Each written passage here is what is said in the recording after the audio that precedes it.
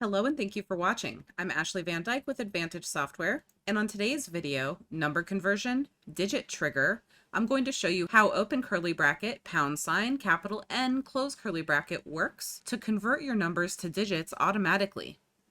For this example, I've created a document that has a bunch of different examples where the word exhibit, page, and room have all been used in different ways, and some of those ways would require that the number following it formats as a digit. Now that formatting might break some of my other default number conversion rules. Normally the number 3 is going to be written out.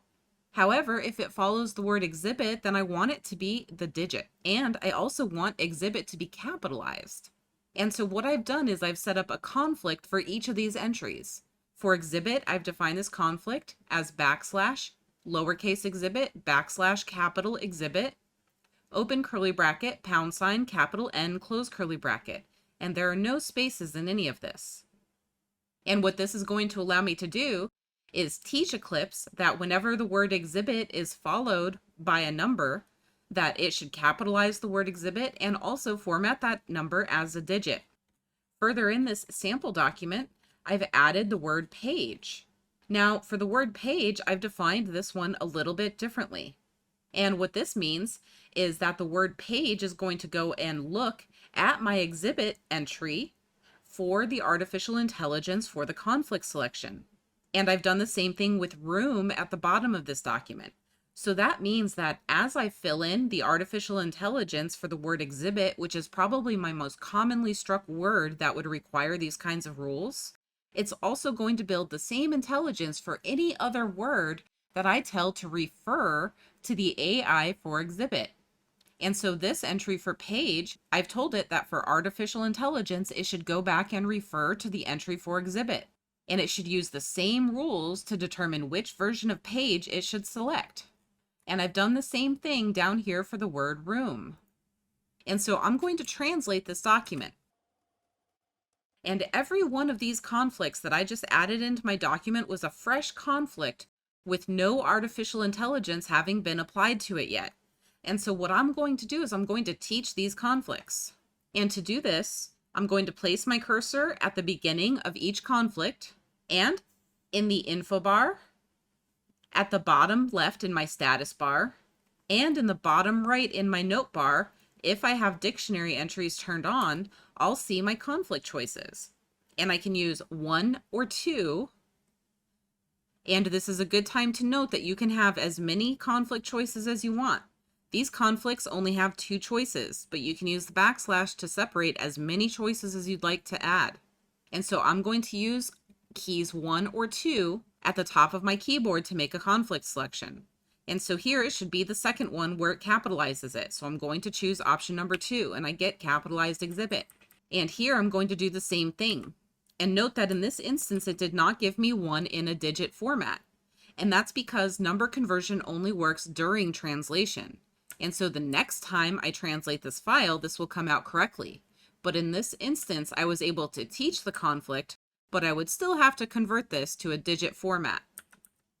And so I can do the same thing and choose some of these exhibit conflicts that should be the capitalized version. And so here, though, I have one where it's going to be the non-capped version. So I'm going to choose option number 1 for exhibited, and I'm going to choose option number 1 here for exhibit. If I scroll down in my document, I see a few more entries where exhibit with a lowercase option is the correct choice. And so what I'm going to do for this example, I'm going to stop selecting any of these conflicts. I'm not going to select any of the page or room conflicts that I added down in the further in the document. I'm only going to teach this based on the exhibit conflict, which is the one that I'm using on the other entries to refer to. And so I'm going to teach exhibit, but all of the other conflicts are also going to learn. So I'm going to translate the file again. And now all of these conflicts have automatically selected the correct capping option and have formatted my numbers even when they were written the long way. And if I scroll down in my document, you see that every conflict in this document has been selected. Even all of the entries for page and the entry for room. and none of those conflicts were previously selected. Because in my dictionary, I have told both page and room to refer to the artificial intelligence that I built into my exhibit stroke. And so in this dictionary, exhibit is KPBT. And so for my definition for page, in my dictionary, I put open curly bracket equals KPBT close curly bracket. And then I followed that up with the conflict that I want to mirror the behavior of my exhibit conflict. And so once you have one of these conflicts trained where it should use a capitalized version and digits after, then you can continue to add additional ones without having to train them, because you're going to tell them to refer to exhibit. And so I'm going to do that with a brand new entry.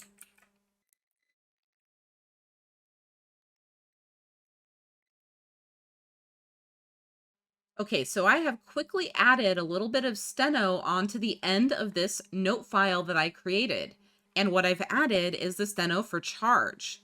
And so I'm going to global this, and I'm going to type in open curly bracket equals KPBT for exhibit, close curly bracket, and then I'll do backslash, and then I'm going to do capitalized charge, and then I'll do open curly bracket, pound, capital N, close curly bracket. And you want to make sure that that's a capitalized N.